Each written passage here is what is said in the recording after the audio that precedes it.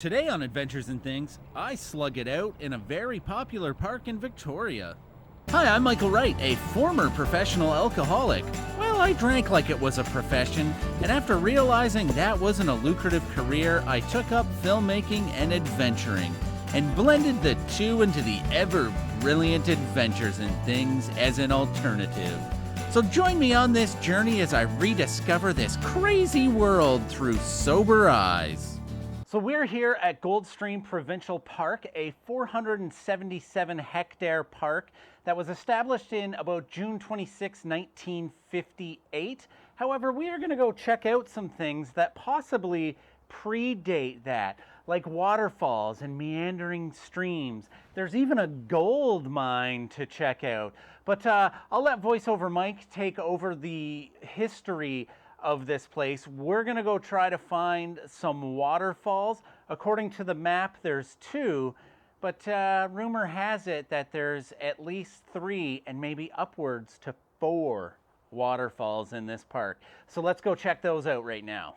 The history of Goldstream dates back millions of years, when there were tectonic shifts that created mountains and valleys.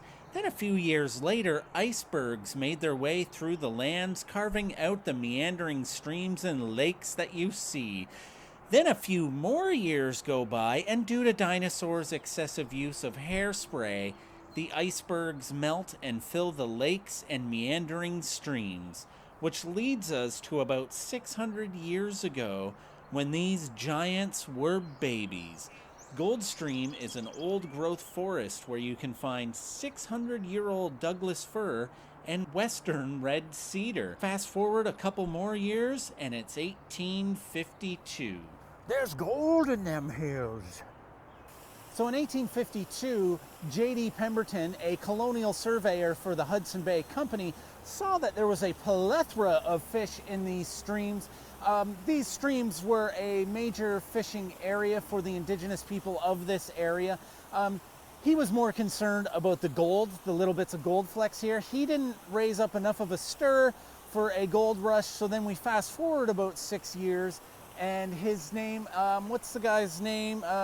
Peter J. Leach of Leachtown fame saw that there was a potential for gold here and caused a bit of a stir, and we had a minor gold rush in this area, and it lasted for a few years anyways. There was possible companies from San Francisco here to mine the gold. Let it be noted as well that Mr. Leach of Leachtown fame, the ghost town up there, I'm not sure if he died there and haunts it. I'm not sure what a ghost town is, but are cobwebs ghost towns for spiders? Do other spiders go and visit cobwebs? Anyways, I'm getting off track here. Peter J. Leach was the one who named Goldstream for all the gold that was in there. Pretty clever fella, this Peter J. Leach, I tells ya. So if you can hear him behind me, these are some waterfalls. Not Goldstream Falls, they're called Hidden Something Falls. It'll come up on the screen here. Let's go look at them.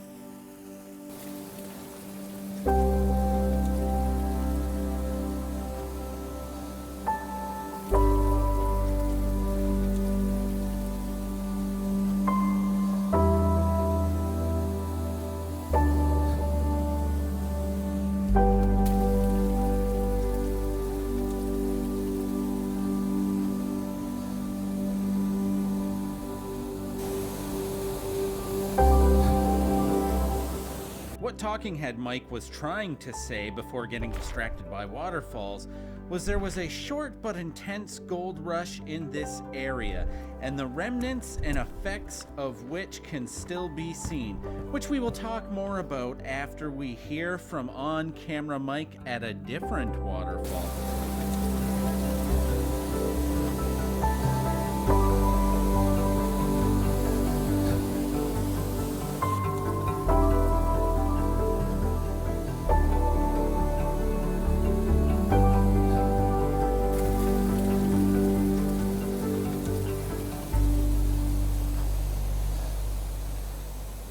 So we have here and behind me Goldstream Falls.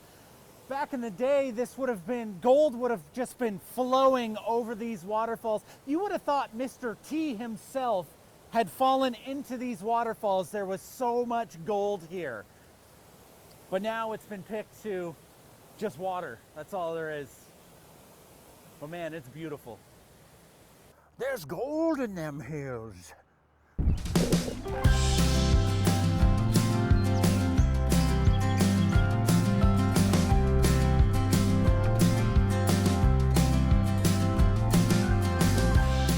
So we are here at another one of the mine entrances. You'll notice that it's blocked off. This fence here is pretty much impenetrable. You can't even get through it or by it,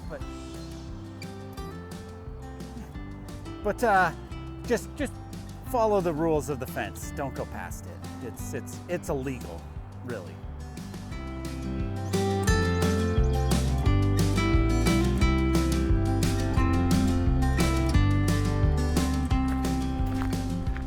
So this is the tunnel, which I believe is connected to the shaft, but there's a plaque here, and I'll read the plaque to you so we know for sure. So this tunnel and nearby shaft, that's a good start, I think I already knew that, are probably evidence of a minor gold rush in the Goldstream area during 1863.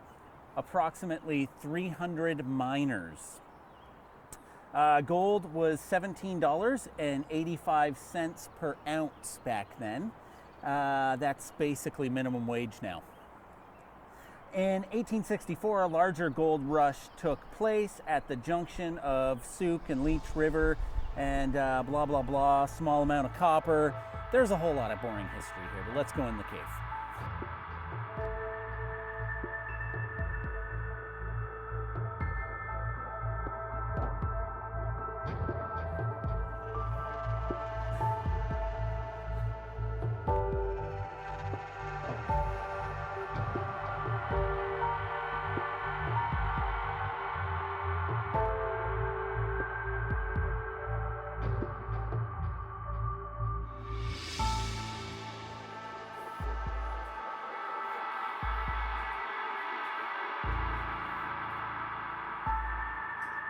This is the back of the shaft.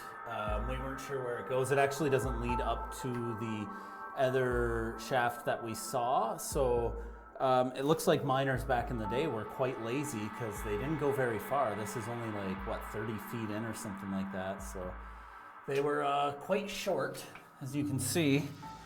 I'm 6 foot, so they must have been like 4 foot. And well, that's it. It's still pretty interesting. There's cave crickets in here, which is cool. Well, let's get out of here because it smells. If there's one thing that I'm really good at, it's segues.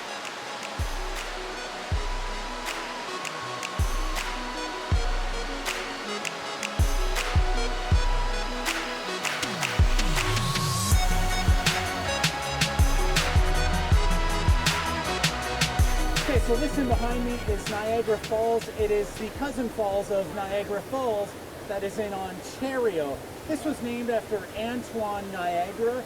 He led an expedition from Ontario to British Columbia, naming waterfalls and streams, but his team that he brought with him talked him out of naming everything Niagara. So he got out here. The rest of his team from the expedition had died, so he was able to name this one Niagara Falls. And that's the history of why we have 2 Niagara Falls in Canada. So thank you, Antoine. Disclaimer, this is just made up. I don't know if this is true. Once again, I have astounded myself with these segues to other parts of the video. Okay, enough about the boring history. Let's talk about the past. Well, it's sure not the first, it won't be the last. We'll hit the road till we run out of gas. He's hungry for life and it's terror. Watching Michael Paul ride on adventures.